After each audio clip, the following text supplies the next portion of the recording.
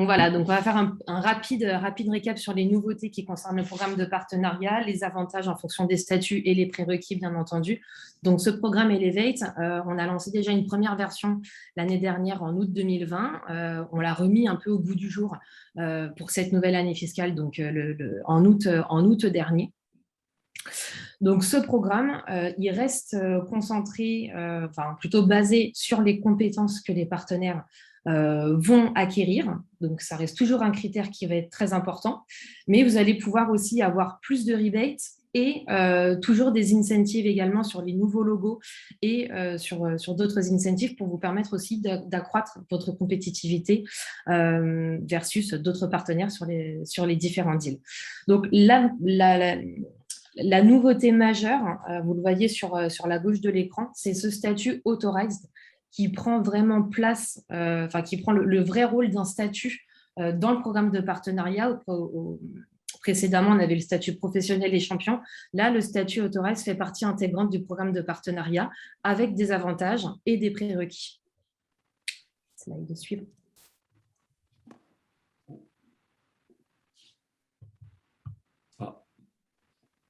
Petit souci technique, hein, on est en direct. Oui, voilà. Donc sur les avantages de ces différents statuts, donc ce statut authorized, ce qui n'était pas le cas avant, va vous permettre déjà de pouvoir bénéficier de rebates sur les nouveaux logos, donc avec l'incentive qui est la deuxième ligne sur le tableau, donc New Customer Acquisition Rebate, donc qui est une incentive qui concerne les deals qui sont signés en commun sur des nouveaux clients Nutanix. Donc ça peut être un client qui est déjà client chez vous sur d'autres solutions. On va le travailler ensemble, on va le signer en Nutanix. Et comme c'est un nouveau logo, on va vous permettre de pouvoir capitaliser déjà dès le premier deal sur ce nouveau client. Merci Sébastien pour le surlignage. Donc pour le statut authorized, vous allez pouvoir bénéficier de 2% de rebate sur le premier deal qui va être signé, mais également de continuer à capitaliser sur ce client en proposant de nouvelles solutions, de nouveaux produits, avec encore 1% de rebate qui vont être reversés pendant 9 mois. C'était 6 mois auparavant dans l'ancienne version du programme. Donc là, on a voulu aussi vous continuer à capitaliser sur les nouveaux clients un peu plus longtemps. Donc, on passe sur 9 mois. Pour le statut professionnel, on est sur 4% du montant Nutanix en tant que rebate sur le premier deal et 3% pour ce qui va suivre pendant 9 mois. Et pour le statut champion, on va être sur 7% sur le premier deal et 5% sur tout ce qui va suivre pendant 9 mois. Pour les statuts champions, pas de changement concernant le top partner rebate, donc qui est en fonction de l'année fiscale précédente qui aura été réalisée. On va fixer une target. Si cette target est atteinte, il va y avoir un pourcentage du rebate qui va être additionnel. Et de même pour le portfolio product rebate, donc sur certains produits qui sont déjà annoncés à l'avance, quand il va y avoir des deals qui vont être signés comprenant ces produits, il va y avoir également 2% de rebate additionnel. Concernant toutes les activités marketing qu'on va pouvoir faire ensemble, c'est toujours possible pour les statuts professionnels et champions. Alors, on n'a pas mis la petite croix pour le statut authorized. On va dire que ça reste quelque chose d'assez pas anecdotique. On peut réaliser des activités avec le statut authorized. Ça va dépendre bien évidemment du plan et des objectifs qu'on se fixe. On peut toujours discuter. Vous savez qu'on est des gens très ouverts d'esprit. Concernant le partenaire portal, non, on pouvait rester sur... On va trop vite. Concernant le partenaire portal, tout le monde a accès désormais. Donc, ce n'était pas forcément le cas avant. Maintenant, à partir du statut authorized, vous apparaissez sur le partenaire portal. Donc, n'hésitez pas à aller sur le site Nutanix, regardez sur le partenaire portal si vous apparaissez bien, vérifiez que votre logo soit bien présent, que le statut soit bien référencé, que le site principal, mais également les différents sites soient bien référencés pour pouvoir justement qu'un client puisse vous identifier rapidement sur une région. Je vois juste quelqu'un qui demandait il y a Julien qui demandait des licences NFR. Juste un petit rappel, hein, vous avez vu sur le statut pro et champion, vous avez accès aussi aux licences XLab. Donc, vous savez, les licences XLab, c'est vraiment tout simplement des licences d'évaluation, notamment pour AOS et globalement toute la suite du stack. Donc, la différence entre les XLab et les NFR, je pense que vous la connaissez, mais juste pour rappel, vous savez que le NFR, vous bénéficiez d'un support. C'est pour ça que les licences NFR ne sont pas gratuites ni données, il y a une référence, mais par contre, ce sont des prix qui sont réservés pour notamment pouvoir mettre ça à l'arrière effectivement dans un lab, alors que les licences XLab, effectivement, c'est fourni évidemment gracieusement, mais par contre, pas de support. Voilà. Ça te permettait de reprendre ton souffle, Marie. Merci JP de penser à moi. Vous avez vu, il y a des effets spéciaux. Cette année, il y a très pas d'effets bien. spéciaux. N'hésitez pas à poser vos questions. En effet, j'ai pas fait attention qu'il y avait cette question sur les NFR. N'hésitez pas. On est quatre, c'est fait exprès. C'est pour pouvoir répondre aux questions au fur et à mesure. Et enfin, dernier point pour tous les statuts. Oui. Il y a une question sur les rebates dont tu parlais, à savoir est-ce que ce sont des back rebates? Alors oui, ce sont pardon, ce sont des back-end rebates, oui, bien sûr, qu'on versera après. Et dernier point sur Xtribe et les rewards que vous pouvez avoir sur Xtribe, tous les statuts, enfin tous les partenaires peuvent avoir accès à Xtribe. Ilham détaillera un petit peu plus en détail ce qu'est cette plateforme, mais c'est que du bonus, c'est que des cadeaux pour vous. Maintenant, on peut passer au slide suivant. Voilà. Donc là, pour détailler un peu plus sur le New Customer Acquisition Rebate, parce que c'est vraiment l'incentive qui est, je pense, pour vous la plus importante. Donc, c'est une incentive qui va vous récompenser donc, sur les deals qui sont des nouveaux clients Nutanix, mais uniquement sur les deals que vous allez nous apporter. Donc, quand j'entends ce que vous allez nous apporter, c'est-à-dire que c'est un client à vous, vous entendez parler d'un projet, vous voulez travailler en Nutanix, vous nous contactez, on en discute, on n'est pas déjà engagé, on y va ensemble, on le gagne. C'est un deal qu'on va appeler CID pour Channel Initiated Deal. Ça peut être aussi un deal qui va être flagué CID quand ça va être un deal qui va être détecté lors d'une action commune. Par exemple, une activité de génération de leads sous forme de mailing qu'on va réaliser ensemble ou sous forme de call-out day. Donc, les call-out day, aussi appelés Blitz, qui sont parfois organisés avec nos distributeurs. Tout simplement, ce sont des listes d'appels qu'on va définir ensemble de clients et de contacts à appeler. On va prendre des rendez-vous sur cette base et pour chaque rendez-vous qui va être engagé, on va le reconnaître comme CID puisque ça vient d'une action commune. Donc, tout ce qui va être soit d'une action de votre côté, soit d'une action commune sera flagué CID. Et c'est ce deal CID qui va être récompensé avec cette incentive New Customer Acquisition Rebate. Donc, pour que le deal soit bien flagué CID, il y a une chose qui est très importante, c'est qu'il faut que vous alliez au plus vite sur le portail partenaire via votre accès et que vous soumettiez votre deal registration via la plateforme de DR. Sans ça, malheureusement, nous, quand on va engager le deal, il va y avoir un DR qui va être automatiquement créé si au bout de X temps, le partenaire n'a pas soumis son DR. Et c'est assez compliqué de le faire changer de NID, donc Nutanix Initiated Deal, vers un CID, puisqu'il faut le justifier. Si vous détectez un deal et que vous voulez être protégé au plus tôt, soumettez votre deal registration très rapidement. Et de plus, le deal registration en CID va vous permettre également une protection en amont, donc une protection front versus le rebate back-end, de protection de prix versus un autre partenaire qui souhaiterait s'engager sur le deal. Vous allez être protégé en termes de prix, donc c'est tout un avantage aussi pour vous en termes de profitabilité.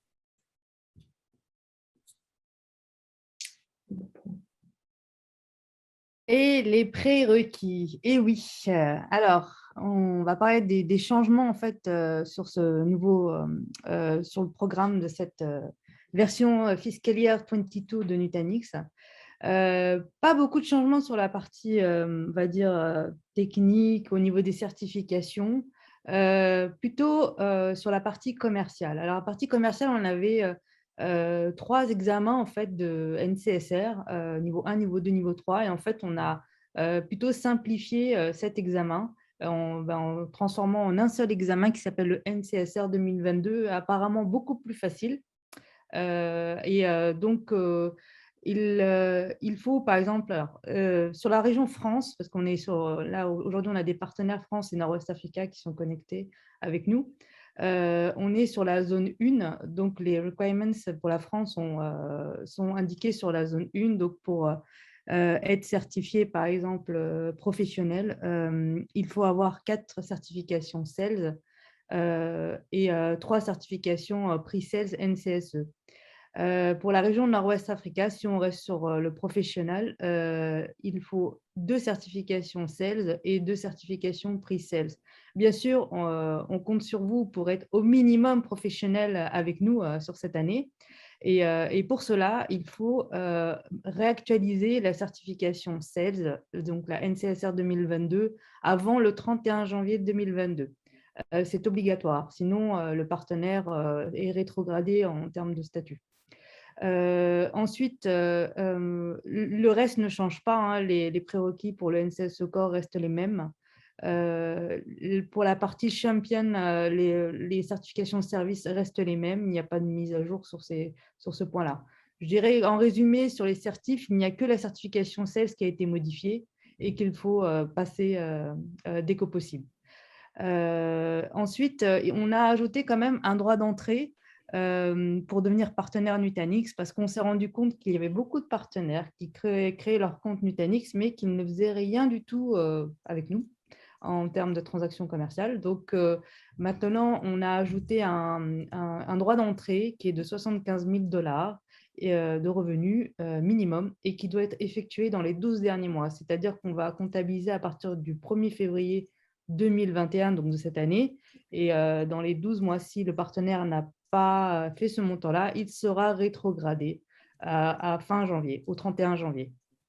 Donc, il faut, comme a dit Marine, elle vous a présenté les CID et les NID, il faut se lancer au maximum dans la création d'opportunités et de pipelines pour au moins atteindre ce minimum-là. Donc, voilà, c'est les 2 points que je voulais vous présenter sur ce slide-là. Mon cher Seb, si tu veux passer le slide, merci beaucoup.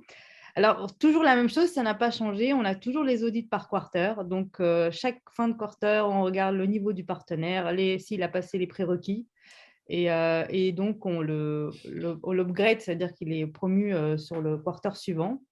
Et si il n'a pas justement les certifications et justement ce minimum booking maintenant qu'on demande, il sera rétrogradé sur 2 quarters, c'est-à-dire Q2 et Q4, c'est-à-dire à fin janvier et à fin juillet, on va regarder et le revenu et les certifications. Et si elles ne sont pas au rendez-vous, le partenaire est rétrogradé. Et ça, c'est même si le partenaire est champion, par exemple, s'il n'a aucun revenu avec nous, il sera rétrogradé. Si le partenaire, par exemple, n'a pas renouvelé ses certifications commerciales, pareil, il sera également rétrogradé. Donc, c'est très, très, très exigeant sur ces 2 points. Voilà, mon petit Seb, tu peux… Voilà, donc là, c'est un résumé en fait sur un seul slide de ce qu'on vient de vous dire sur les modifications du programme, hein. Donc, un nouveau statut qui s'appelle Authorized, qui vous permet de toucher également de la marge arrière, même si vous êtes Authorized. 2 quarters, 2 trimestres où vous pouvez être rétrogradé, le Q2 et le Q4. Et ensuite, la partie fonds marketing qui est disponible toujours pour les professionnels et pour les champions. Ensuite, Marine vous a présenté tout ce qui est New Business Acquisition Rebate, l'incentive qui vous permet de toucher de la marge arrière sur vos opportunités, si ce sont des CID, bien sûr, et qui est ouverte maintenant aux authorized resellers. Et puis, bien sûr, la mise à jour de la certification commerciale, NCSR 2022 à passer dès que possible. Et puis, le minimum booking de 75 000 $. Est-ce qu'il y a des questions peut-être sur ce point-là? Moi, j'ai juste un truc à rajouter hein, sur la NCSR 2022, là, au-delà de ce fait que c'est toujours un peu casse-pied, ces certifications et tout ça, mais vraiment, je vous encourage à la regarder parce qu'elle est… de toute façon, on l'a passé avec Seb, mais on a surtout suivi les cours et le contenu, vraiment, il y a notamment quelques présentations, vous verrez, hein, il n'y en a pas pour très très longtemps, mais il y a vraiment un contenu qui est d'une très grande richesse, et notamment sur les use cases, sur comment effectivement, quand vous êtes face à un client, vous pouvez positionner l'offre. Et c'est pour ça que vraiment, je vous encourage à non seulement à passer l'examen, évidemment, vous verrez, c'est pas très compliqué, mais vraiment à suivre au moins la deuxième partie des cours, qui sont vraiment très très utiles et très riches. Voilà. C'était mon petit commentaire. Merci JP. J'ai repris mon souffle grâce à toi. Voilà. Et moi, je voulais juste dire, pour les certifications techniques, vous le savez, comme d'habitude avec Jean-Pierre, on va faire régulièrement des événements qui vont vous permettre d'être mieux préparés pour passer les certifications techniques. Donc, si des fois, vous n'avez pas le nombre de certifications prévues pour atteindre un certain statut ou vous avez des ambitions à passer au statut d'après, il y aura ce type de session-là, encore une fois, pour les personnes techniques qui veulent être fin prêts avant de se lancer dans l'examen. Et si on oublie, parce que c'est vrai qu'on va peut-être pas forcément en parler tout à l'heure pour le .next, mais vous savez que si vous suivez notamment les replays et tout ça, vous avez accès à un voucher gratuit pour passer les certifications, notamment techniques, d'accord? La commerciale, elle est gratuite de toute façon. Donc c'est pour ça que, alors, juste faites attention, c'est jusqu'au 8 octobre. Donc essayez de récupérer votre voucher avant le 8 octobre, de pouvoir programmer une certification, même si elle est après le 8 octobre, il n'y a pas de souci. Mais en tout cas, on vous encourage évidemment à profiter de ce voucher. Voilà. Et par contre, il est utilisable qu'une seule fois. Ça, certains ont malheureusement gloops, mais oui, utilisable une seule fois. Mais voilà, c'était la petite parenthèse. Yes. Et maintenant, parlons d'argent. On a parlé de profitabilité. Je sais qu'avec Nutanix, toutes les actions que vous faites avec nous, elles vous font gagner de l'argent au niveau de votre société globalement avec la marge arrière, mais aussi individuellement. Comment? Donc déjà, ça commence avec Xtribe. Je ne sais pas si vous avez déjà entendu parler d'Xtribe, mais aujourd'hui, il faut, après cette session-là, si vous n'avez pas encore créé votre compte, le créer rapidement parce que je vous dis, tout ce que vous faites avec nous vous fait gagner de l'argent. Même ne serait-ce que suivre l'actualité Nutanix, ça vous fait gagner de l'argent. Alors, pour entrer dans le détail, mon cher Serge. Je vais prendre un truc en même temps. Attends. Il arrive. Voilà. Donc, en fait, on a mis en place une incentive qui s'appelle Puissance 10. Et en tant que commercial, même en tant que pre-sales, pareil, si vous faites, par exemple, cette incentive, déjà, elle vous permet de créer du pipe, donc des opportunités. Elle vous permet de créer des CID et elle vous permet d'aller chasser de nouveaux clients. Donc, la première chose, la première action, ça veut dire que si vous faites juste un seul meeting client, que vous soyez sales ou pre-sales, eh ben, vous touchez 1500 points Xtribe, c'est-à-dire l'équivalent de 30 $. Et après, il faut envoyer le justificatif du meeting à votre channel account manager et à la personne en charge de Xtribe. On vous expliquera après avec Marine comment ça fonctionne. Ensuite, il y a, si par exemple, vous avez un deal registration, c'est-à-dire une nouvelle opportunité identifiée, vous touchez à peu près 5000 points Xtribe, c'est-à-dire 100 $ par deal registration. Et ensuite, on a ajouté un autre accélérateur. C'est que si ce deal registration se transforme, est signé, ça veut dire qu'il est booké, il se transforme en commande, vous allez gagner encore plus de points et selon le montant de l'opportunité. Et ça peut aller jusqu'à 15 000 points, c'est-à-dire 250 $. Donc, je vous dis, vous faites un meeting client, 30 $, vous transformez en deal reg, 100 $, vous signez cette opportunité, vous gagnez 250 $. Ça fait 350, 300, 370, 390 même, c'est super. Déjà, ne serait-ce qu'en des actions simples, et peut-être que celles que vous faites déjà au quotidien, mais que vous ne le déclarez pas. Et ensuite, on a ajouté un accélérateur. Si le deal qui est signé est avec un nouveau client, c'est l'équivalent de 500 $. Et puis, un autre accélérateur, si c'est signé avec un nouveau produit Nutanix, c'est l'équivalent de 100 $. Donc, moi, je pense qu'après ces slides-là, je pense que vous le faites même déjà en parallèle, c'est de créer votre compte Xtribe et puis commencer à déjà déclarer vos actions sur le site. Et Xtribe, ce n'est pas que pour les commerciaux, il y a aussi pas mal de choses et on a des experts côté technique et il y en a d'ailleurs qui sont connectés aujourd'hui. Donc voilà, ce n'est pas quelque chose qui est réservé aux commerciaux. Il y en a encore une fois aussi pas mal de façons quand on est côté technique de cumuler des points et d'avoir aussi des cadeaux assez sympas. Voilà, on rémunère vraiment la personne qui a fait l'action. Ça peut être un pre-sales, ça peut être un sales, ça peut être le directeur commercial ou le directeur technique ou même le DG. On rémunère individuellement la personne qui a mené l'action. En fait. Et il aime, si d'un coup, je faisais un partenaire fait un événement avec une trentaine de clients, un workshop autour de Nutanix, ça se passe comment? Alors, un workshop autour de Nutanix. En tant que tel, on ne gagne pas des points. Mais si vous communiquez, faites une communication autour de ce workshop, c'est-à-dire avec un emailing ou un post sur LinkedIn ou peut-être une success story, là, vous allez toucher quelque chose. Mais pour un workshop client, il n'y a pas d'action. Il n'y a pas de reward sur Xtribe. Hmm. C'est vraiment des meetings en one-to-one qu'on rémunère. OK. Et donc, comme je vous ai dit, là, sur la partie marketing, même si vous êtes responsable marketing ou même si vous êtes actif sur les réseaux sociaux, à chaque post sur LinkedIn, c'est 2 $ par post. Si vous faites un emailing ou toute action qui génère des leads, elle peut vous faire gagner 50 $, cette activité. Et tout témoignage client aussi. Là, le témoignage client, il faut en faire parce qu'en plus, c'est illimité, il n'y a pas de limite. C'est 500 $ par témoignage client. Et là, je vous invite vraiment à contacter votre Channel Account Manager. Merci Marine, merci Hélène. Ouais. On va passer à la partie .next 2021. Hop là. Alors, normalement, je crois qu'il y avait une petite slide qui était prévue pour faire la transition, mais elle doit être masquée. Donc, je ne sais pas si vous, en tant que partenaire, vous avez tous eu l'occasion d'assister au .next 2021. Puisqu'il était, il était ouvert aux clients et aux partenaires. L'idée de cette session, c'était de vous faire un petit résumé des différentes annonces qu'il y a eu durant les 3 jours du .next. Donc, bien sûr, on ne pourra pas faire de deep dive, notamment pour les personnes un peu plus techniques qui ont déjà, j'imagine, devant eux une longue liste de questions sur certains points qu'ils ont pu voir, soit durant le .next, soit après le .next.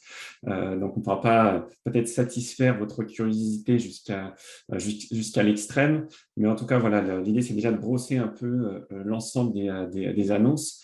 Et vous inquiétez pas, pour chacune des annonces qui concernent généralement un use case ou une solution, il y aura à l'occasion des experts sessions la possibilité de pouvoir encore une fois faire un peu plus de deep dive, poser des questions aussi à des experts qui seront là avec nous et qui ont, j'allais dire, peut-être plus de connaissances sur la solution.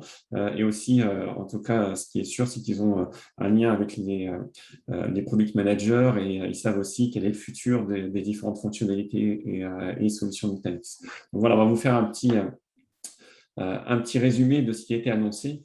À l'occasion du .next 21, notre CEO Rajiv a eu l'occasion de revenir aussi sur la vision de Nutanix. Vous le voyez ici sur cette slide, cette vision, elle est, j'allais dire, toujours la même. L'idée, c'est de rendre l'infrastructure, le cloud invisible et d'avoir pour ça une seule plateforme pour y répondre, qui est la plateforme Nutanix, bien évidemment, qui va permettre, comme je disais, d'adresser tous les besoins en termes d'IT jusqu'à l'hybride multi-cloud. Alors, je ne sais pas si l'hybride multi-cloud, c'est quelque chose que vous aviez déjà vu avant. Moi, personnellement, je connaissais le cloud hybride ou le multi-cloud. L'hybride multi-cloud, c'est un peu j'allais dire, la fusion des deux. Et pour y répondre, on a 5 piliers sur lesquels on va s'appuyer et dans lesquels vous allez retrouver les différentes solutions Nutanix. Il y a le pilier HCI que vous connaissez historiquement, mais peut-être pas sous la même traduction. On n'est plus sur les infrastructures hyperconvergées infrastructures, mais sur Hybrid Cloud Infrastructure. Donc, ça annonce déjà le fait que Nutanix, même si le HCI était un premier pas, vous le savez, la vision de nos dirigeants était à beaucoup plus long terme sur quelque chose de plus grand, et notamment d'adresser les besoins en termes d'infrastructure d'un point de vue cloud hybride, et non pas simplement quelque chose qui concerne le cloud privé. Donc, dans tout ce qui est hybride cloud infrastructure, vous allez retrouver notamment les solutions core de Nutanix et la partie HCI historique, mais aussi toutes les consoles d'administration, enfin une partie des consoles d'administration. Vous avez toute la notion du cloud management, où on va retrouver d'autres consoles et des choses qui vont être liées aussi à la partie hybridation. L'Unified Storage, dans lequel il y a tous les services de fichiers, tous les services de stockage de manière générale, que ce soit fichiers, objets, dont vous connaissez les noms par cœur, j'imagine. La partie Database Services, dans lesquels vient notamment la solution ERA, et on aura l'occasion de vous donner quelques informations sur ce sujet-là. Et puis la partie Desktop Services, qui sont toutes les solutions Nutanix qui vont tourner autour du poste de travail utilisateur, que ce soit de faciliter l'accès au poste de travail au travers de solutions partenaires ou au travers de solutions 100% Nutanix, puisqu'on a aussi des choses pour répondre à ce niveau-là. Donc, voilà quelle est la vision globale qui a été présentée par Rajiv et toutes les vidéos de cette session sont disponibles. Je vous ai fait un petit résumé grosse maille. Ce qu'on va faire par la suite, Je vais juste rajouter Oui, une petite vas-y, chose. Jupiter, n'hésite pas. Et vous le verrez surtout, enfin, ça fait vraiment aussi partie un peu des annonces du .next. Et puis, c'est encore une fois, c'est par rapport un petit peu à tout ce que vous nous avez remonté quelque part aussi comme Desirata et autres. C'est qu'à un moment donné, c'est vrai qu'il fallait simplifier, en tout cas, il faut simplifier le portfolio de Nutanix. Vous savez qu'il y a plus de 14 offres. Donc, c'est vrai que cette slide-là, aujourd'hui, elle est majeure parce qu'elle permet effectivement de définir aujourd'hui cette nouvelle stratégie. C'est-à-dire, évidemment, ces deux piliers plus les différents cas d'usage. Et derrière cette notion de simplification, quelque part, du portfolio, en tout cas la capacité de mieux l'expliquer et puis de mieux faire comprendre aujourd'hui à nos clients et futurs clients un petit peu toute la stratégie derrière cette notion de une seule plateforme pour tout, vous verrez aussi apparaître en termes de produits, de solutions, effectivement, derrière, peut-être une simplification de ce que vous connaissez déjà aujourd'hui. Voilà. Donc, on en attend beaucoup, mais voilà, c'est le point de départ, en tout cas, vers effectivement peut-être alors peut-être, on va peut-être pas parler de bundle ou de choses comme ça, mais en tout cas d'une simplification peut-être de toute l'offre. Jean-Pierre fait du teasing. Non, mais encore une fois, c'est pour donner un petit peu de vision. C'est important. Et du coup, pour j'allais dire les choses un peu plus terre à terre, et notamment sur les annonces un petit peu plus fonctionnelles, on a découpé ça en 3 parties. Une première partie sur tout ce qui concerne donc, le HCI, au sens hyperconverged infrastructure, une partie sur le database services et une troisième sur le cloud innovation. Donc, on va parcourir tout ça, si ça veut bien avancer. Ouais. Et on va commencer par la partie HCI. Là, pour le coup, on est sur des choses qui, pour ceux qui ont l'habitude de venir à nos événements, et notamment le Tech Exchange, des choses que vous avez déjà probablement annoncées et détaillées. Mais c'était important pour notre équipe de management, pour nos dirigeants, de revenir un peu sur ce qu'on a annoncé il y a quelques semaines en arrière du .next, puisque ce sont des points importants. Il y a eu une évolution majeure au sein de notre solution de HCI, à savoir la version 6 d'AOS, qui est arrivée avec tout un tas de nouvelles fonctionnalités. Et d'ailleurs, c'était une version majeure, on est passé de la version 5 à la version 6, et les évolutions majeures viennent normalement avec des nouvelles fonctionnalités majeures. Donc voilà, ça a été l'occasion de revenir sur à minima 2 grosses fonctionnalités qui ont été ajoutées sur OS 6, avec notamment une gestion du réseau qui a été complètement revue avec ce qu'on appelle du virtual networking, des VPC notamment pour faire un parallèle avec la partie cloud public. Donc voilà, montrer que aussi sur cette partie software defined network, on avançait, on n'était pas nécessairement parmi les plus en avance, mais voilà, il y avait tout un gap à rattraper et on l'a fait au niveau de cette version 6. Une chose aussi qui était j'allais dire très très largement attendue, c'était sur la partie disaster recovery et notamment le metro availability. Ce sont aussi des choses qui ont été rendues disponibles officiellement quelques temps avant le .next. Et c'est un point aussi qui avait été révoqué durant le .next, puisqu'encore une fois, c'est lié à des feedbacks terrain que vous, partenaires ou clients, vos clients nous ont remontés. Ça fait référence à des besoins que vous avez évoqués. Et voilà, ça a été adressé comme on essaye de le faire de manière régulière chez Nutanix. Donc voilà, c'était la version 6. Hein. Il y a eu aussi un petit retour qui a été fait sur AHV, et notamment sur le fait que on a passé la barre des 50% avec l'adoption d'AHV. On était très très proche déjà depuis pas mal de trimestres, hein, mais comme vous le savez, en tout cas sur le marché qui nous intéresse, à savoir France et MWA, on avait à peu près 50-50 entre de l'AHV et de l'SXI. Là vraiment, d'un point de vue worldwide, on a passé la barre des 50% et plus d'un client sur 2 fait confiance à l'hyperviseur Nutanix, à savoir AHV, pour héberger ces environnements virtualisés et les services de la plateforme Nutanix. Et bien sûr, c'est sur AHV qu'on va retrouver les 2 fonctionnalités dont je parlais tout avant d'AOS 6, hein, à savoir la partie virtual networking, la partie VPC, c'est une fonctionnalité d'AHV. Le Metro Availability AHV est aussi forcément une fonctionnalité d'AHV. Il y a un point aussi sur lequel on est revenu durant cet événement, et je vais avoir l'occasion d'en parler là maintenant et un petit peu plus tard. C'est un accord qui a été signé entre Nutanix et Red Hat pour avoir une certification mutuelle. Et l'intérêt qu'il y a aussi d'un point de vue AHV de ce partenariat, c'est que officiellement les environnements Red Hat sont supportés sur AHV. Vous le saviez peut-être, il y avait déjà un support qui était assuré par les équipes Nutanix. Mais là, maintenant, on parle de véritable support fourni par Red Hat. Donc, il n'y a plus la nécessité pour nous, pour notre support à nous, Nutanix, de prendre en charge quelque chose de supplémentaire. Là, ce sera directement le support Red Hat qui supporte officiellement Azure. Donc, ça va ouvrir des portes chez certains clients qui potentiellement voyaient un frein à l'utilisation d'AHV par le non-support des environnements Red Hat. Là, il n'y a plus ce frein-là. Et encore une fois, je reviendrai, l'accord Nutanix, le partenariat Nutanix-Red Hat, il va au-delà de juste de ce support des environnements Red Hat sur AHV. Il y a d'autres choses que j'évoquerai un petit peu plus loin dans la présentation. Je ne vais pas énormément détailler cette partie-là, mais c'est juste quelques petits éléments d'information sur la partie virtual networking. Là encore, on l'avait déjà bien évoqué auparavant, mais l'idée, c'était de combler peut-être un manque d'un point de vue AHV versus la concurrence et aussi versus la façon dont on gère les réseaux virtuels dans les environnements cloud public, puisqu'il y a tout un tas de bonnes choses à prendre du cloud public et l'hyperconvergence en est un bon exemple.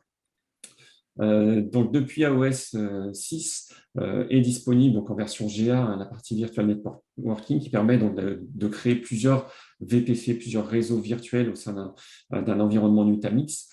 Ça marche entre plusieurs clusters Nutanix. Ce n'est pas une fonctionnalité intra-cluster, mais c'est plus une fonctionnalité intra-console de management Prism. Donc, s'il y a plusieurs clusters enregistrés dans cette console, tout le monde va pouvoir en bénéficier. Et l'idée, c'est de pouvoir, encore une fois, segmenter ces réseaux virtuels au sein de l'ensemble de ces clusters, d'avoir des plans d'adressage identiques entre ces différentes VPC et de pouvoir éventuellement apporter une notion de multi-tenant au sein de son environnement Nutanix. Donc ça, voilà, c'était une des annonces sur laquelle on est revenu durant le .next.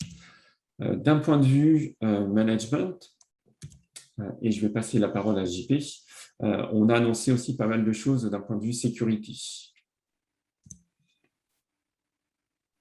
Tu me laisses la main. Oui, je te laisse la main. Moi, j'ai noté JP sur la slide. Oui, non, juste aussi pour rappeler, mais ça, ce sont des choses déjà que vous avez, c'est un petit peu dans toute la stratégie, parce que vous savez qu'en termes de plateforme, bien évidemment, il y a cette notion d'évolutivité, il y a cette notion aussi de haute performance. Je ne sais pas si on en parlera tout à l'heure, notamment en termes de performance, les avancées, je pense que c'est la slide d'après. Mais il y a aussi surtout, à partir du moment où on se veut hybride cloud et multi-cloud, c'est la notion de sécurité.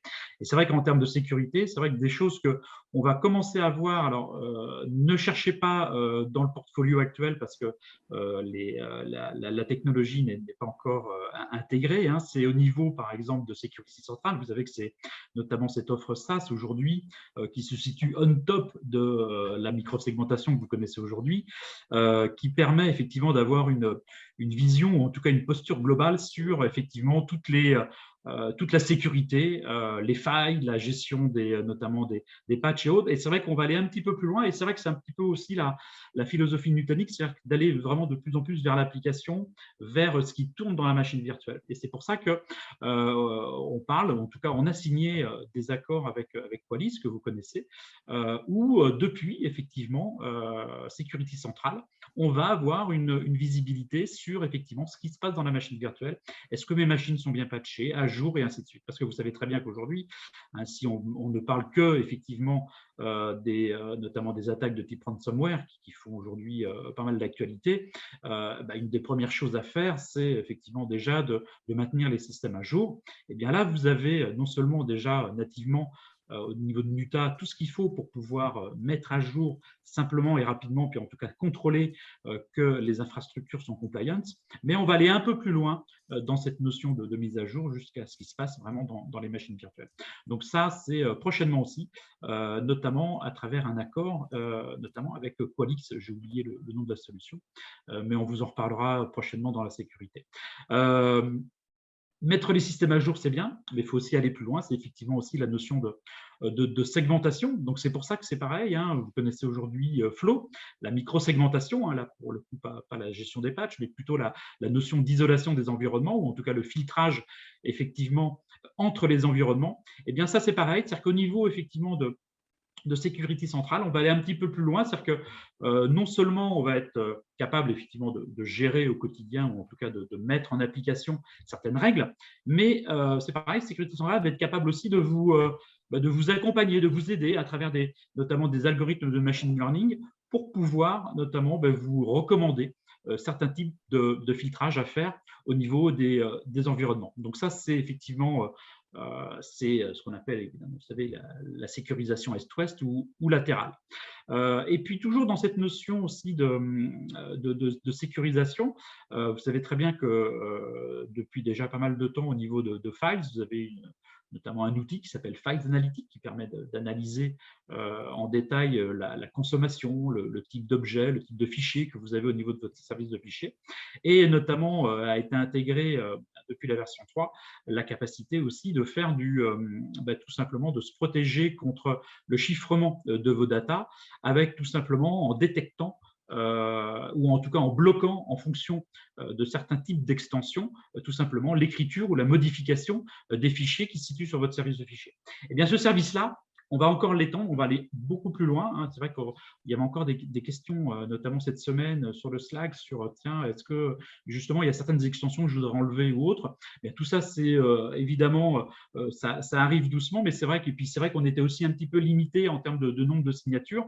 Et bien désormais, à partir du moment où on va parler d'une nouvelle offre aussi pour gérer notamment cette notion-là qu'on appelle Data Lens, il me semble qu'on a une slide un petit peu plus loin, eh bien, on va pouvoir aller beaucoup plus loin, notamment dans cette protection de type ransomware. L'objectif, c'est évidemment, à partir du moment où malheureusement, il y a eu l'intrusion, on est passé au travers, effectivement, toutes les premières, malheureusement, les premières préventions.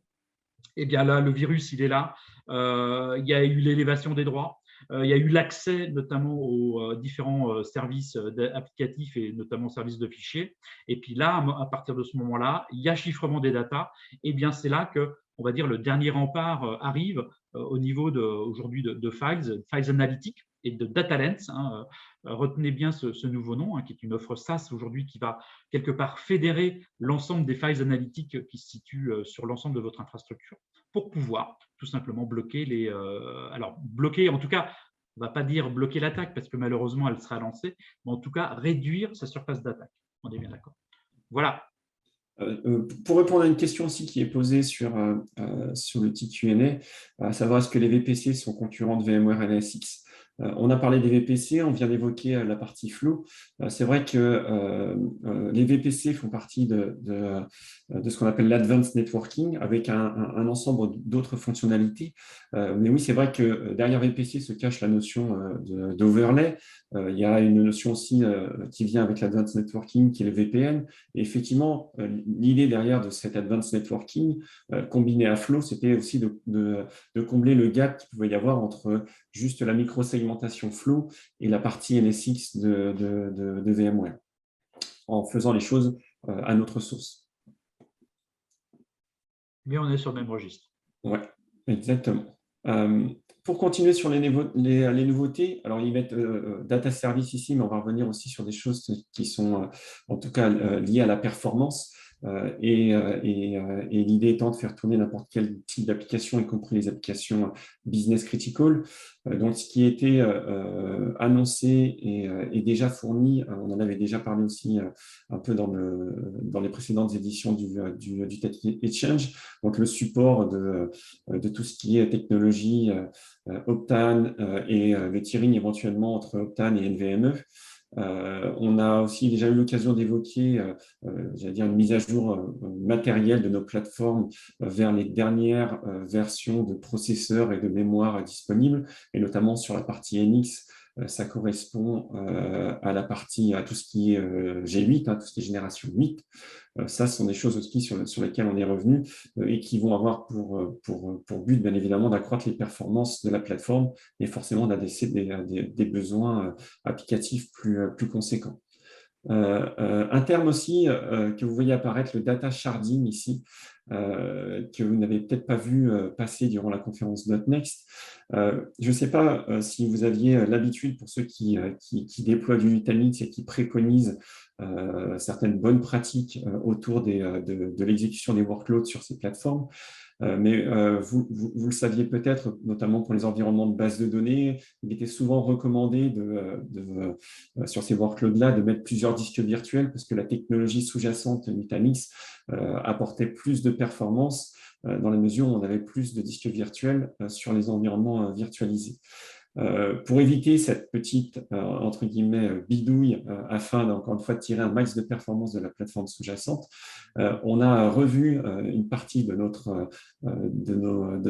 nos éléments core pour faire en sorte qu'il n'y ait plus besoin de faire ça et que même avec un seul disque virtuel, on ait la capacité d'avoir, grosso modo, comme s'il y avait vraiment plusieurs files d'attente d'un point de vue I/O, et faire en sorte que plus d'I/O soit traité en simultané et encore une fois qu'on donne plus de performance à la machine virtuelle, même si elle est en monodisque virtuel.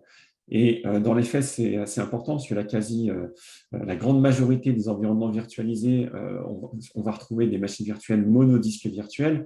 Donc, cette fonctionnalité qui, encore une fois, évite de basculer vers un mode plusieurs disques virtuels va bénéficier à la quasi-totalité des environnements virtualisés, enfin même à la totalité des machines virtuelles d'ailleurs, qui vont voir leur performance très très largement augmenter. On a des benches qui ont été faits en interne. On parle de 2 fois plus de performance. Sur les benches qu'on a pu regarder, JP et moi, ça va entre 80 et 120% d'amélioration. Donc, plus 80, plus 120%, vous voyez, en moyenne, on est à plus 100%, donc 2 fois plus de performance. Donc voilà, on continue à certes prendre en charge des nouvelles fonctionnalités d'un point de vue hardware, ce qui augmente les performances, mais on se remet aussi en question. On avait déjà eu l'occasion de le faire en repensant un peu la façon dont on gérait les métadonnées. Là, on s'est attaqué à quelque chose qui était lié au disque virtuel, et encore une fois, ça bénéficie à tous les clients, puisqu'une simple mise à jour vers les dernières versions d'AOS permettront de bénéficier de ce gain de performance. Et d'ailleurs, vraiment, je vous encourage à aller jeter un œil justement sur le rapport qu'on a mis en ligne hier sur le Slack, qui vous détaille exactement toutes ces innovations-là au bénéfice justement des bases de données critiques. C'est vraiment, en tout cas, un document assez intéressant et c'est là que notamment vous verrez les différences et surtout une explication détaillée des différentes technologies. Je réponds à une petite question aussi qui a été posée en live. Je ne vois pas Hyper-V dans la liste des hyperviseurs. Est-ce que ça veut dire que Hyper-V est abandonné par Nutanix? Pas du tout, pas du tout. Pas du tout abandonné en tout cas. Maintenant, si on est transparent et puis les faits parlent d'eux-mêmes, les nouvelles fonctionnalités, les avancées les plus majeures sont souvent, enfin c'est pas souvent, sont généralement disponibles en priorité sur AHV et sur SXEI, et des fois même ne sont pas nécessairement portés sur Hyper-V. Pourquoi? C'est simplement, j'allais dire, le parc installé qui veut ça. Je parlais tout à l'heure de 53% d'AHV. En tout cas, sur la région qui nous concerne, France et NWA, on doit être à 53% AHV et 46,9% SXEI. Vous imaginez bien qu'au regard du parc déployé, l'investissement réalisé sur le support de certaines fonctionnalités sur Hyper-V n'est pas nécessairement rentable pour Nutanix. Du coup, c'est vrai que les développements se focalisent principalement sur AHV, sur VMware. Ce qu'on constate, en tout cas, encore une fois, sur la région qui est la nôtre, c'est que les clients qui sont sur Hyper-V, alors, soit ils sont, pour des raisons bonnes ou mauvaises, butés à rester sur Hyper-V, soit on arrive relativement facilement à les convertir sur de l'AHV, dont vous le savez, le licensing j'allais dire, est en faveur d'AHV versus VMware, puisqu'il n'y a pas de surcoût quand on fait l'acquisition des solutions Nutanix, AHV vient avec. Donc voilà pourquoi nécessairement Hyper-V n'apparaît pas sur l'ensemble des slides. Mais en tout cas, ce n'est pas abandonné. Hop là. Une chose aussi dont on avait déjà parlé et qui a été réannoncée, hein, puisque c'est une des grosses nouveautés dont on a parlé, c'est le RF1, hein, le Replication Factor 1. Pour les gens les plus techniques d'entre nous, vous le saviez, la protection de la donnée au sein d'un cluster Nutanix, elle passe par la réplication de la donnée sur différents nœuds du cluster. On peut ainsi se permettre de tolérer la panne d'un des nœuds du cluster sans avoir d'interruption de service. Et on avait ce qu'on appelle du RF2 ou du RF3 qui permettait encore une fois d'avoir 2 copies de la donnée ou 3 copies de la donnée au sein du cluster Nutanix et ainsi pallier à la panne d'un ou 2 hyperviseurs au sein du cluster. Sauf qu'il y a des solutions pour lesquelles cette protection, qui engendre un surcoût en termes de stockage, hein, puisque pour stocker 2 ou 3 fois la donnée, il faut de l'espace, cette protection avait un coût en stockage relativement important, alors que certains applicatifs apportaient déjà, de manière logicielle aussi, une protection de la donnée et faisaient eux-mêmes leur propre réplication. C'est le cas de Cloudera notamment. Et donc, l'idée qui a été suggérée par les clients et par vous, partenaires, c'était d'avoir la possibilité de désactiver ce Replication Factor 2 ou 3. Et ça a donné naissance au Replication Factor 1, qui sous-entend pas de protection de la donnée, et qui va permettre, encore une fois, pour une solution type Cloudera ou d'autres, de ne pas avoir ce surcoût de stockage du cluster Nutanix, alors qu'on a déjà une protection native à Cloudera dont on profite. Et puis, il y a d'autres use cases aussi pour lesquels ça peut être intéressant d'avoir du RF1, et notamment la partie SaaS Analytics, qui, lorsqu'on va exécuter des requêtes, va générer un grand nombre de données, mais qui ne sont pas, j'allais dire, pertinentes, qui ne méritent pas d'être stockées, puisque ce sont des données qui sont liées à l'exécution de la requête, qu'on ne va pas vouloir sécuriser en termes de stockage, puisqu'il suffit de relancer la requête pour les générer à nouveau. Il n'y a pas de pertinence à les avoir en redondance. Et là encore, c'est un cas d'usage typique où le RF1 peut éviter de surconsommer de l'espace de stockage. Et le dernier avantage du RF1, vous le saviez peut-être pour les plus techniques d'entre vous, quand on faisait du RF2, du RF3, donc quand on protégeait la donnée par les mécanismes internes du cluster Nutanix, pour réaliser cette protection, il fallait externaliser la donnée d'un nœud vers un autre ou d'un nœud vers 2 autres nœuds. Et cette externalisation de la donnée, il y avait un petit coup de latence pour pouvoir la réaliser. Le fait qu'on ne la fasse plus, c'est aussi autant de performance, de gain en performance pour les applications.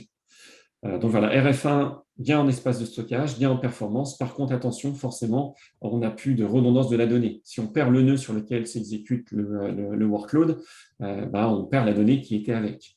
Donc voilà, pour vous partenaires, ce qui est important, c'est de bien qualifier le cas d'usage d'un point de vue client et quelle application, et bien s'assurer que derrière, il est conscient que s'il n'y a pas de protection côté application, il y a perte de données potentielle. Oui, il y a Arnaud qui rajoutait aussi que c'est intéressant pour Splunk. Ouais, Splunk, il y a effectivement cette notion d'RF1, parce que c'est vrai que Splunk a aussi sa disponibilité au niveau applicatif. Mais ce qui est bien aussi pour Splunk, c'est que c'est surtout aussi l'utilisation du stockage objet au travers un Smart Store. Voilà. Donc c'est vrai qu'il y a les deux approches. On fait du RF1 effectivement en utilisant les modes on va dire de stockage traditionnels, mais ce qui est mieux encore, c'est d'utiliser Smart Store. Voilà. Exactement. JP, tu voulais nous ajouter une petite info sur cette partie un peu, j'allais dire, protocolaire. Oui, non, mais justement, sur Object, sachez qu'il y a encore une fois, il va y avoir quelques évolutions dans les prochaines releases, notamment la 3.3. Non seulement c'est avec l'arrivée de S3 Select, vous savez que là, c'est encore une fois, c'est dans les primitives, dans les API AWS S3. C'est vrai qu'on va pouvoir, par exemple, faire tout simplement une requête au sein d'un objet, c'est-à-dire que imaginez, vous avez un gros fichier Excel avec plein de colonnes et des lignes, et bien au travers ces commandes S3 Select, vous allez pouvoir extraire depuis le stockage objet une partie de ce fichier et non pas rapatrier tout le fichier. Imaginez que vous avez un fichier qui fait plusieurs centaines de gigas, ben voilà, là on va pouvoir vraiment extraire juste une partie au travers notamment cette nouvelle commande S3 Select qui va apparaître dans les prochaines moutures. Et puis le S3A, pour ceux qui ne savent pas exactement ce que c'est tout simplement encore une fois une autre méthode, une alternative d'accès d'Hadoop à son stockage. Vous savez, historiquement, Hadoop, c'est HDFS. ZFS, hein, le système de fichiers d'Hadoop, eh bien, c'est pareil, Hadoop a tout simplement aussi un autre connecteur pour pouvoir accéder à d'autres types de stockage, et notamment, il y a ce connecteur S3A qui permet directement d'attaquer du stockage objet. Donc ça, c'est aussi, encore une fois, une façon d'accéder au stockage plus rapidement, de façon plus efficace, notamment sur ces environnements dits big data. Voilà, on ne va pas aller plus loin. On reviendra là-dessus parce qu'on fera une expert session sur le sujet. Je te laisse la main, JP, sur la partie stockage qui continue. Sur la partie stockage, on en a parlé tout à l'heure. Vous savez, je vous ai parlé de Data Lens.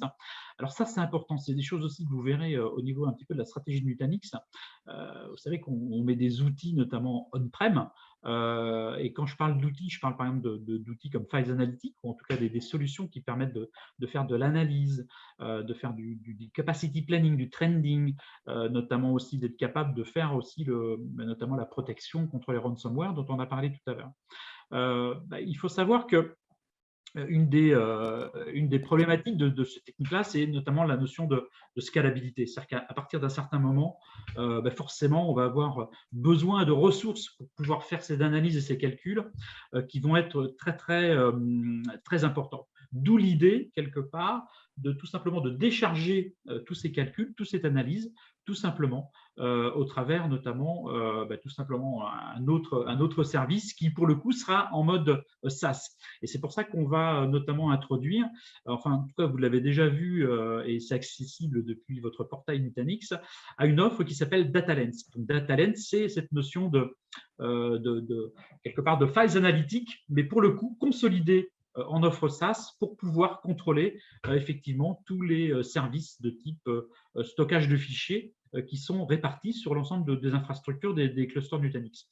Data Lens va aller plus loin aussi parce qu'on va être capable aussi de pouvoir contrôler le stockage objet. Et c'est là où effectivement, on en a parlé déjà un petit peu, et c'est vrai qu'on nous posait souvent la question, mais à partir de quand vous allez pouvoir faire du tiering entre du service de fichiers et du stockage objet? Eh bien, cette fonctionnalité-là va tout simplement arriver, hein, cette notion de smart tiering va tout simplement arriver avec Data Lens. C'est-à-dire que depuis Data Lens, où on aura une visibilité sur tout le stockage objet, tous les services de fichiers, d'être capable de faire notamment des migrations en fonction de différentes politiques, le type de fichier, la taille, toutes ces choses-là, tout simplement de pouvoir migrer de façon automatisée ou manuellement tout simplement des fichiers vers notamment un stockage qui serait moins cher et notamment je veux dire par là le stockage objet. Donc voilà, donc ça c'est des choses que vous verrez aussi apparaître, en tout cas qui est aujourd'hui déjà disponible, Data Lens, mais vous avez vu l'annonce, alors vous n'avez peut-être pas vu l'annonce et puis on ne l'a pas encore mise sur le Slack, mais Files 4.0 est disponible depuis hier soir. Et c'est notamment à partir de Files 4.0 qu'on va pouvoir commencer à avoir cette notion de smart tiering. Voilà. Ça, c'est tout un sujet aussi qu'on abordera bien évidemment dans une expert session. Du coup, je n'ai pas jeté un œil si dans Files 4.0, il y avait les fonctionnalités qui ont été annoncées dont je vais parler, mais je rebouclerai ça et on vous confirmera ça sur le Slack. Mais voilà, vous saviez, pour la protection des services de fichiers Nutanix, et je parle bien de Nutanix Files, au départ, on avait les traditionnels protection domain, et il y a quelques mois, on a annoncé l'arrivée d'une fonctionnalité qui s'appelait Smart DR, qui permettait cette fois-ci de répliquer vraiment les partages. On n'était plus au niveau du serveur de fichiers, du service de fichiers, on allait en termes de granularité beaucoup plus loin parce qu'on avait cette granularité au partage. L'idée, c'était aussi d'avoir quelque chose un peu en mode, alors j'allais dire presque actif-actif, hein, des partages de fichiers sur un site de production qui sont répliqués vers un site de secours et qui sont à minima disponibles en mode read-only sur le site de secours si on veut les backuper ou réaliser d'autres opérations. Ce Smart DR avait été annoncé en version 1 avec certaines limitations qui potentiellement n'en faisaient pas une alternative pour certains clients à la sécurisation via des protection domain classiques. Mais voilà, comme à son habitude, Nutanix fait évoluer ses solutions. Et là, ce qui a été annoncé, c'est une version améliorée de la partie Smart DR, notamment en termes de RPO, puisque la version de départ, je crois qu'elle avait un RPO minimum à 10 minutes. Là, on va aller jusqu'à la minute. et aussi en termes de capacité à faire du self-service restore, puisqu'on a cette copie des partages qui est disponible sur le site de secours, même si elle est en mode read-only, elle est là. Et du coup, quand un utilisateur a perdu éventuellement plusieurs données sur le site source et qu'elles ne sont pas récupérables, parce que même si on a mis en place des politiques de rétention, on a passé les politiques de rétention, pourquoi pas aller la rechercher aussi au travers des remote share, donc de ce réplica, et lui permettre, sans avoir à solliciter son service IT, de venir, encore une fois, restaurer par lui-même, en mode complètement autonome, des données dont il aurait besoin. Donc ça, c'est ce qui concerne la partie Nutanix Files. Et puis, je vérifierai si dans la 4.0, il y a déjà des choses qui sont plus concrètes au regard de ces fonctionnalités, de ces annonces-là.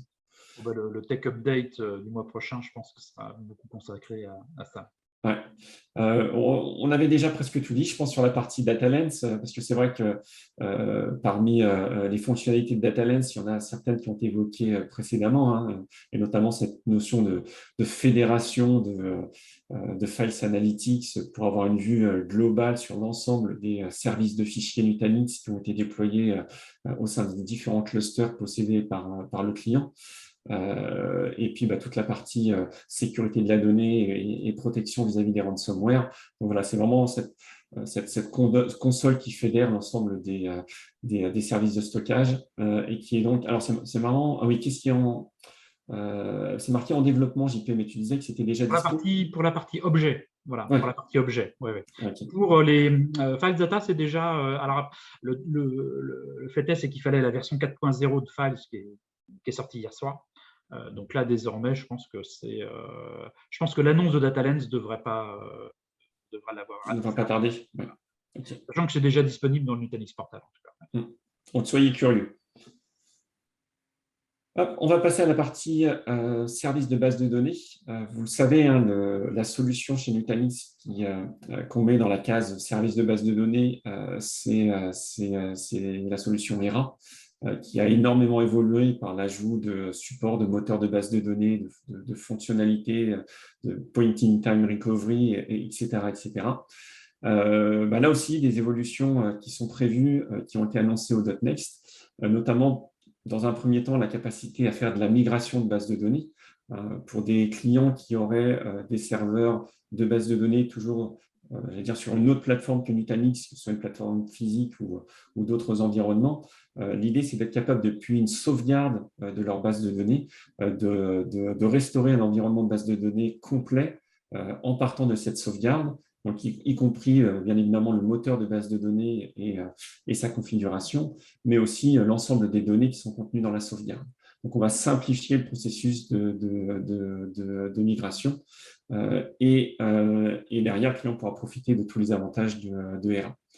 Ce qui a été aussi ajouté, enfin, ce qui va être ajouté à ERA, pourtant je ne suis même pas sûr que ce ne soit pas déjà disponible, c'est la capacité de pouvoir étendre une base de données d'un point de vue espace de stockage directement depuis l'interface d'ERA avec toute la simplicité de la solution ERA.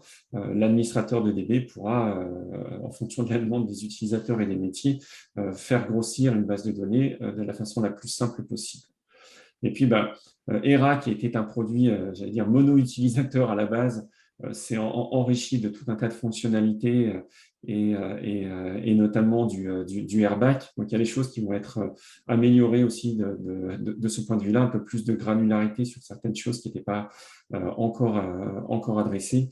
Et vous le savez, pour certains moteurs de base de données qui potentiellement n'incluent pas de fonctionnalités de type haute disponibilité. Je pense notamment à PostgreSQL, qui nativement n'a pas d'outil de achat. On a fourni avec ERA la capacité de déployer cette notion de haute disponibilité en s'appuyant sur des solutions open source existantes, mais la force de ERA, c'est de packager tout ça et de permettre en quelques clics de le déployer sans avoir à configurer et intégrer ces différentes solutions. Mais ça, on va l'étendre aussi à d'autres bases de données qui n'étaient pas couvertes par ce type de déploiement en mode haute disponibilité. Donc, on va étendre cette partie à des moteurs de base de données qui n'étaient pas encore adressés. Toutes ces choses-là, vous le retrouvez aujourd'hui, c'est dans la version 2.3 d'ERA, qui est disponible depuis. Elle est dispo, hein, exactement. Ouais. Sur la partie Cloud Innovation, donc là, on va revenir sur des annonces qui ont été faites autour de Nutanix Clusters, notamment. Vous le savez, la partie Nutanix Cluster, c'est la capacité de déployer un cluster Nutanix dans un cloud public. Jusque-là, on était sur AWS principalement. Les use cases qu'on cherche à adresser au travers de Nutanix Clusters sont tous ceux qui vont tourner autour de l'hybridation, donc la capacité à vraiment profiter de ressources, peu importe où elles sont, pour exécuter les applications. Et quand je dis peu importe où sont les ressources, c'est-à-dire soit on-premise ou soit dans un cloud public, mais d'être capable, si on le souhaite, de pouvoir déplacer ces workloads d'un environnement vers un autre pour profiter peut-être de plus de performance ou alors d'une tarification meilleure. Donc, quelle que soit la raison, en tout cas, c'est qu'il n'y ait pas de frein technologique sous-jacent au data center vers lequel on veut aller, au cloud vers lequel on veut aller, qui empêche de faire une migration, de profiter des ressources qui sont dans ce cloud. Donc, les cas d'usage, c'est soit du disaster recovery, ne pas avoir à gérer un site de secours, mais plutôt profiter d'un data center, d'un cloud public pour pouvoir faire son disaster recovery. De consommer du cloud public en mode élastique pour un besoin de débordement, d'aller chercher de la ressource dans un cloud public sans avoir à repenser les applications qui ont peut-être été pensées pour un cloud privé et pas du tout à la base pour un cloud public et ne pas avoir à les modifier, à les recompiler ou tout ce genre d'opération qui peut être consommateur en termes de temps, de redéveloppement ou même de qualification par les équipes internes de l'entreprise. Mais là, simplement dire, voilà, j'ai cette appli, j'ai besoin en débordement d'avoir plus de performance, d'avoir plus d'utilisateurs qui vont s'y connecter. Soit je vais l'envoyer vers un cloud public, soit je vais déployer une copie dans un cloud public encore une fois, sans avoir à la repenser. Et tout ce qui est le lift and shift, encore une fois, la capacité cette fois-ci de vraiment migrer l'application, de ne pas la cloner en débordement, mais vraiment de se dire, je vais l'envoyer ailleurs. Elle était sur un cloud public, je vais la rapatrier sur mon cloud privé parce que ça me coûte trop cher. Elle était sur mon cloud privé, je n'ai pas assez de ressources pour pouvoir répondre aux besoins temporairement ou définitivement. Je vais l'envoyer vers un cloud public qui, lui, va me permettre d'avoir plus d'élasticité et d'attribuer plus de ressources à ce workload. Donc, ça sont les cas d'usage de Nutanix Clusters, qui étaient donc disponibles uniquement sur AHV depuis, je pense, une bonne année. Je crois que ça avait été annoncé au mois d'août. J'ai dit quoi? AHV. AWS, merci JP. C'est ça de se lever à 5 h du matin pour aller reborder sa fille qui s'est réveillée parce qu'elle est malade. Donc AWS, c'était annoncé il y a 1 an à peu près, au mois d'août de l'année dernière. Ce qu'on a annoncé là, on l'a étendu à beaucoup plus de régions. Il y a maintenant 23 régions qui sont supportées sur AWS. Voilà, ça permet à des clients qui auraient aussi certaines problématiques de latence à potentiellement déployer des clusters Nutanix sur des régions qui étaient un petit peu plus distantes, de se rapprocher de leurs utilisateurs ou de leurs assets. Ce qu'on a aussi annoncé, on le verra après, c'est le support notamment de Azure. Donc voilà, il y a des évolutions de ce point de vue-là. Une chose aussi qui a été annoncée, alors là, si je reprends vraiment le cas d'usage que j'évoquais en premier, à savoir le disaster recovery vers du cloud public, en s'appuyant sur Nutanix Clusters notamment, pour pouvoir redémarrer ces environnements sans avoir de problématiques de reconfiguration ou de conversion des environnements vers, si on exécutait directement sur du AWS natif. Donc voilà, on avait jusque-là la contrainte que lorsqu'on mettait en place son disaster recovery, il fallait prévoir côté AWS assez de ressources pour pouvoir faire le disaster recovery. Or, tout ce que vous déployez sur AWS, vous le payez, ça a un certain coût, et la facture pouvait être relativement élevée, et ça pouvait être un frein à l'adoption de Nutanix Clusters pour faire du disaster recovery. L'idée de l'Elastic DR, c'est de faire en sorte que côté AWS, on n'ait plus besoin de pré-provisionner un ensemble d'hôtes de son cluster Nutanix qui soit suffisant pour faire son disaster recovery, mais de plutôt provisionner ce qui est nécessaire à assurer la réplication. Et au moment où on va faire la bascule, au travers de l'ElasticDR et de manière complètement automatisée, au fur et à mesure de la bascule des différents workloads, le processus va par lui-même déterminer est-ce qu'il faut ou pas ajouter des nœuds supplémentaires au cluster qui est dans AWS, encore une fois pour absorber la charge du disaster recovery. Donc on va voir le cluster dans AWS se peupler petit à petit de nœuds supplémentaires pour pouvoir accueillir les workloads à prendre en charge dans le cadre du disaster recovery. Donc ça, c'est la partie ElasticDR. Et puis, alors, on est revenu parce que ça a été amélioré.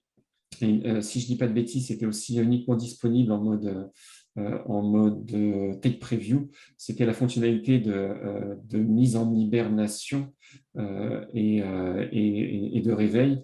Ce qu'on pouvait faire au travers de Nutanix Cluster, quand on avait déployé un cluster dans AWS et des ressources dessus, notamment pour un projet ponctuel. À la fin du projet, on pouvait tout à fait mettre ce cluster en mode hibernation. Et en fait, l'intégralité de la configuration du cluster et des workloads qui ont été déployés était exportée vers un espace de stockage de type S3.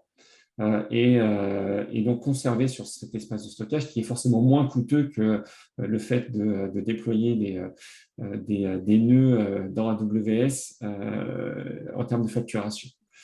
Donc ça, c'était le mode hibernation. Et bien sûr, si le projet venait à reprendre pour une version 2, eh bien, on pouvait faire un résume et donc réveiller le cluster et récupérer l'intégralité de sa configuration et des environnements déployés sur le cluster à nouveau disponible pour pouvoir continuer son projet et continuer à travailler dessus. Donc voilà, le processus est maintenant disponible de manière complètement supportée. Et puis, il a été aussi amélioré, retravaillé pour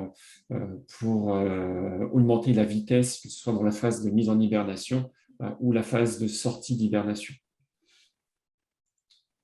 Il y a Sylvie qui posait la question pour DR, effectivement, combien de nœuds minimum faudrait en tout cas avoir au niveau de l'infrastructure AWS. Je ne sais pas si tu as la réponse, moi je dirais 3. Oui, c'est alors à checker. Sur les trucs que j'ai regardés, sur les vidéos et les slide decks que j'ai vus, à aucun moment est évoqué du single node. Sur Nutanix Clusters, il n'y a pas de support des clusters à 2 nœuds. Soit on est sur 1, soit on passe tout de suite derrière sur 3. Donc ce sera à vérifier parce que j'aime pas dire des choses dont je ne suis pas sûr, mais en tout cas sur tout ce que j'ai pu voir en doc ou les sessions auxquelles on a accès, c'était systématiquement du 3 nœuds qui était évoqué. Donc je ne pense pas qu'il y ait du single node pour la partie ElasticDR, ou en tout cas peut-être pas dans la première version de la fonctionnalité. Je prends le point, on mettra la réponse sur le Slack channel.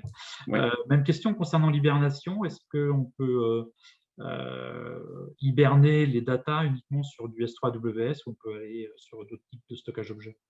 Alors aujourd'hui, en tout cas, c'est que sur du S3 AWS. Il n'y a pas la possibilité de sélectionner autre chose. Je ne sais absolument pas si c'est dans les roadmaps ou pas. En tout cas, je ne pense pas pour aujourd'hui, l'hibernation, ça reste sur du S3 AWS. Ouais. En fait, la seule chose qu'on configure au niveau de Nutanix Clusters, de toute façon, c'est son compte AWS.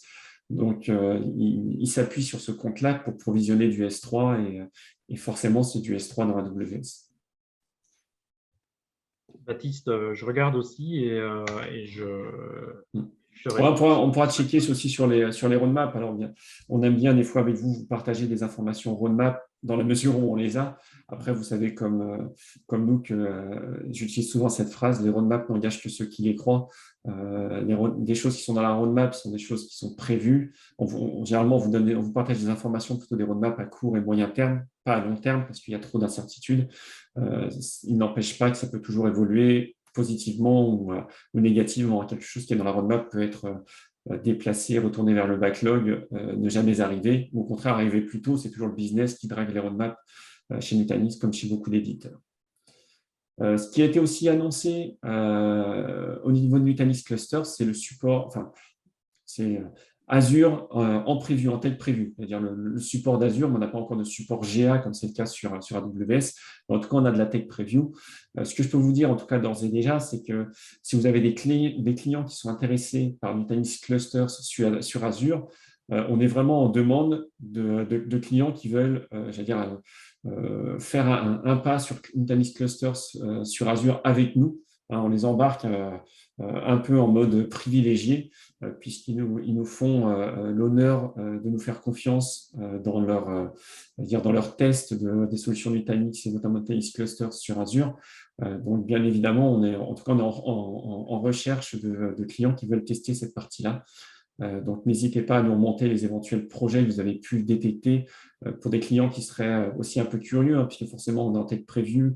Donc, ça veut dire une certaine tolérance vis-à-vis des éventuels bugs qu'il peut y avoir. Mais ça a l'avantage aussi, quand on embarque des clients comme ça sur de la tech preview, qui peuvent aussi remonter les points qu'ils auraient aimé voir intégrés à la solution. Ça ne veut pas dire qu'immédiatement à la sortie à la GA, ces points-là seront pris en compte, mais en tout cas, c'est pour eux, comme pour vous, partenaires, la capacité d'influencer la façon dont le produit est développé. Et ce sera le cas sur cette preview de Nutanix Clusters pour Azure. Sinon, on va retrouver la même philosophie que Nutanix Clusters sur AWS. L'idée, c'est vraiment de profiter des ready nodes Azure pour pouvoir déployer un cluster Nutanix en mode complètement automatisé et arriver au même niveau de fonctionnalité que ce qu'on peut avoir sur AWS, notamment la partie hibernation dont je parlais tout à l'heure. Hop là. Pour revenir et pour conclure, d'ailleurs, c'est les dernières slides de cette présentation, revenir rapidement sur la partie annonce Nutanix plus Red Hat. Je l'évoquais tout à l'heure, il y a différents avantages, différents éléments de cette annonce. Le premier élément, c'est bien évidemment le support des environnements Red Hat, à savoir RHEL, mais aussi OpenShift sur AHV. Donc, le support des operating systems Red Hat, c'était déjà une bonne chose pour les clients AHV ou pour les futurs clients, les prospects qui souhaiteraient éventuellement regarder AHV de plus près. Mais il y a aussi ce support de la partie OpenShift, de toute la couche de gestion des environnements de type conteneur qui est fournie par Red Hat. La question qu'on a le plus souvent lorsque on évoque cette annonce avec vous, partenaires, de manière peut-être plus directe, c'est quid de Carbon Platform Services, qui étaient et qui sont toujours les solutions, toujours ou partiellement toujours les solutions Nutanix, au portfolio Nutanix pour la partie conteneur. Deux choses. Donc, effectivement, cette annonce, elle apporte le support d'OpenShift. OpenShift est vraiment une plateforme complètement intégrée qui apporte autour des conteneurs tout un ensemble de services additionnels qui n'existent pas sur Carbon, qui potentiellement existaient sur Carbon Platform Services, ou alors n'existaient pas aussi sur la partie Carbon Platform Services. On voit, nous, en tout cas, un gros intérêt au support de cette partie OpenShift sur AHV, puisqu'encore une fois, ça ouvre le potentiel business aux clients qui souhaitent faire de l'OpenShift. Sachant que ces clients, s'ils font le choix d'OpenShift, c'est qu'ils ont déjà pour but de partir vers une solution de gestion des conteneurs avec les différentes couches, les différents avantages qu'OpenShift peut avoir. Carbon ne va pas disparaître. Carbon reste au portfolio Nutanix parce que pour les clients qui souhaitent faire du conteneur, mais dans une approche beaucoup plus minimaliste, sans avoir à partir directement sur de l'OpenShift, qui est en tout cas beaucoup plus lourd à prendre en main, qui vient avec beaucoup plus de choses que la simple partie moteur d'exécution de conteneur, à savoir cluster Kubernetes, et bien Carbon répondra très bien à leurs besoins. Donc, on n'abandonne pas Carbon déjà pour ce premier use case. Le deuxième use case, c'est vraiment pour les clients qui souhaitent construire leur plateforme de gestion de conteneurs avec les couches dont ils ont envie, pour lequel OpenShift ne répondrait pas. Là, encore une fois, Carbon va être un bon pilier sur lequel s'appuyer pour construire cet environnement. Et c'est pour ça aussi que Carbon va se voir enrichir de fonctionnalités petit à petit, dont des fonctionnalités qui étaient propres à Carbon Platform Services. Carbon Platform Services va disparaître, a déjà disparu, je crois. C'est le point qu'évoquait Jean-Pierre tout à l'heure, à savoir, sur cette année fiscale, on a souhaité aussi faire un petit peu de ménage au sein de nos solutions qui, même si on a aimé travailler dessus, n'ont pas nécessairement trouvé leur projet. Et c'est le cas notamment de Carbon Platform Services. Mais pour le coup, toutes les fonctionnalités de KPS ne vont pas mourir puisque certaines vont être réintégrées à Carbone. Donc, Carbone va prendre un petit peu plus de fonctionnalités. Et encore une fois, voilà, on va être capable, au travers de Carbone, soit en mode, encore une fois, minimaliste, soit avec un petit peu plus de fonctionnalités, de répondre à certains use cases et avec OpenShift à d'autres use cases. Encore une fois, nous on le voit vraiment comme un gros avantage pour nous ouvrir les portes vers les clients qui veulent faire de l'OpenShift, puisque dans cet accord, pour Red Hat, la plateforme de HCI officiellement préconisée pour faire de l'OpenShift devient Nutanix. Donc, c'est vraiment du win-win en termes de partenariat. Je ne vais pas détailler plus, il y avait une ou deux slides derrière, mais je vois qu'on est déjà short en temps. Je ne reviendrai pas là-dessus non plus. Vous avez un petit résumé des différentes annonces qui ont été faites. On vous partagera la présentation à minima au format PDF. Je ne sais pas si on aura le droit de le faire en format PowerPoint, mais voilà, on vous partagera tout ça, puis il y aura le replay qui sera disponible. Je vais garder 3-4 minutes s'il y a éventuellement des questions additionnelles à répondre, que ce soit sur ce qu'on a évoqué ou peut-être des points que vous avez vus sur lesquels on n'est pas passé.